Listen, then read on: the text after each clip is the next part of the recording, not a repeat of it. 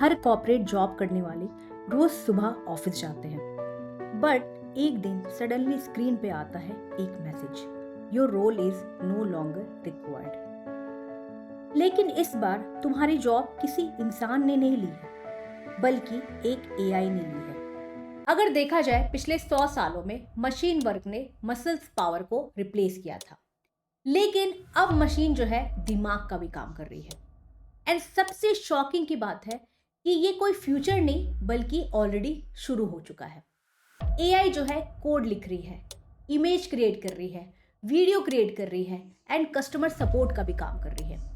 और देखा जाए एआई जो है कंपनीज के लिए ड्रीम एम्प्लॉय बन चुकी है। LLMs, general use robots, and generative models are already replacing jobs, and they are getting better every day. So that's bad for workers. Because I'm not real.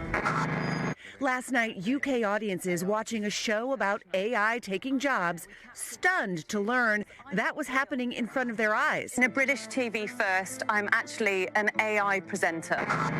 क्योंकि ये fast है, cheap है and 24/7 available है। लेकिन company जहाँ excited है, वही employ जो है थोड़े नर्वस है।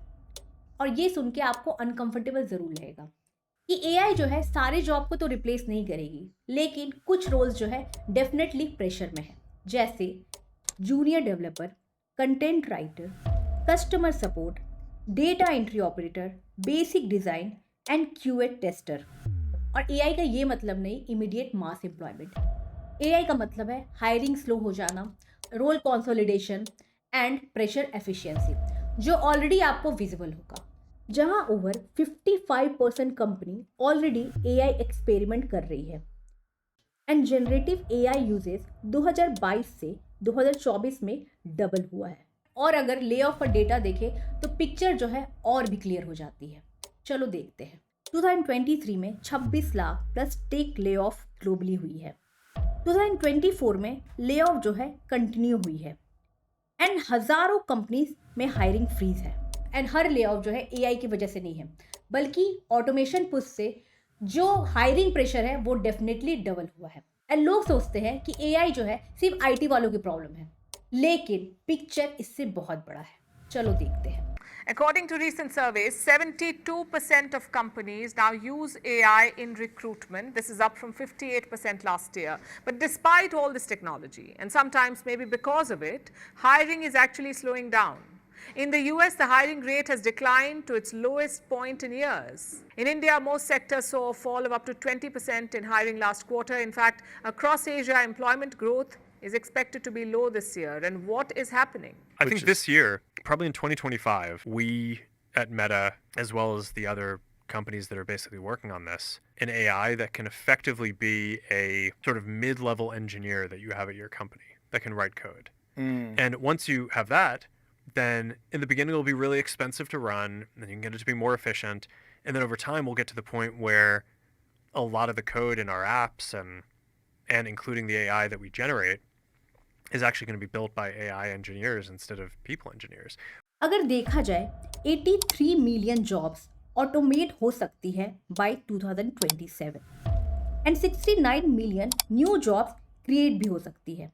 मतलब यहाँ गेम कोई खत्म नहीं हो रहा है, बल्कि गेम चेंज हो रहा है। एंड वही इकोनॉमिक जो है एक चेन की तरह काम करती है। अगर कोई एक स्ट्रॉन्ग लिंक हिल जाता है तो पूरी चेन जो है वाइब्रेट करने लगती है। कैसे, चलो बताती हूँ। रियल स्टेट इम्पैक्ट, जैसे कोई बहुत अच्छा कमाता है लेकिन उनकी संख्या अगर कम हो जाती है तो घर कौन खरीदेगा। अब पॉसिबल इफेक्ट ये भी है, हाउसिंग डिमांड सॉफ्टन हो जाएगी, रेंट प्रेशर में आ जाएगा एंड बिल्डर स्लो डाउन हो जाएगी। एंड उसके बाद देखते हैं मैन्युफैक्चरिंग इम्पैक्ट। एंड जब लोग फोन्स, कार, इलेक्ट्रॉनिक्स खरीदना कम कर देंगे तो फैक्ट्री भी स्लो हो जाती है। एंड उसके बाद आता है service sector impact. Discriminatory spending गिरता है तो रेस्टोरेंट अफेक्ट होता है, ट्रैवल अफेक्ट होता है, रिटेल अफेक्ट होता है एंड स्टार्टअप अफेक्ट होता है। तो इससे यही समझ में आता है, आप टेक में हो या ना हो, एआई जो है डेफिनेटली आपको अफेक्ट करेगी। But AI isn't just limited to our phones and homes. It's making significant strides in the medical field too.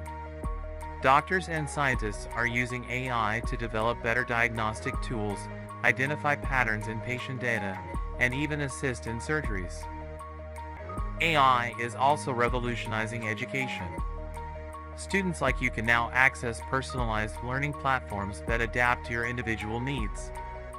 These platforms use AI algorithms to analyze your progress, provide tailored feedback, and suggest areas where you can improve. लेकिन picture में सिर्फ dark side नहीं है। जहाँ technology revolution होता है वहाँ opportunity भी आती है। एंड एआई जो है हेल्प करती है जिसमें ड्रग डिस्कवरी फास्ट हो रही है, कैंसर रिसर्च एक्सिलरेट हो रही है, क्लाइमेट प्रिडिक्शन बेटर हो रही है एंड एजुकेशन पर्सनलाइज हो रही है। एंड हिस्ट्री बताती है कि टेक्नोलॉजी जो है कई जॉब डिस्ट्रॉय कर चुकी है, लेकिन उसके साथ साथ ही कई जॉब क्रिएट भी करती है। लेकिन एक बहुत बड़ा सवाल है जहाँ ह्यूमैनिटी जो है क्रॉस रोड में खड़ी है, जहाँ एक रास्ता है एआई से मैक्सिमम ऑटोमेशन करो एंड वहीं दूसरा रास्ता है एआई को इंसान से रिप्लेस के बजाय उसके प्रॉब्लम को सॉल्व करने दो।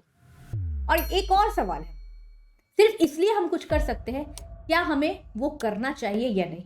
और एआई रिवोल्यूशन आ नहीं रहा है, बल्कि वो यही है।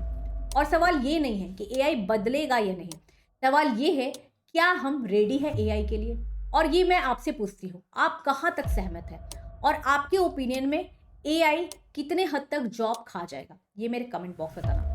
और आपके मन में कोई आइडिया हो या कोई ओपिनियन है, आप मेरे कमेंट बॉक्स में ज़रूर बताना।